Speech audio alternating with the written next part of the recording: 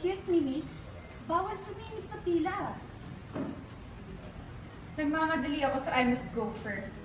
Late yung friend ko ng beauty. Eh di pumila ka sa likod. Hindi porket mukha kong mayaman, pwede ka nang sumingit-singit dito. Di ba, miss? Di ba?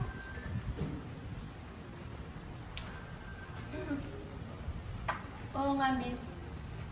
Mas okay siguro kung lahat tayo pumila na lang ng maayos para patas. Pare-pareho naman tayo makakabayad eh.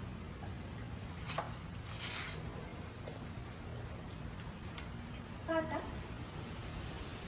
I'm sorry. Don't you know who I am? I have relatives sa Board of Trustees.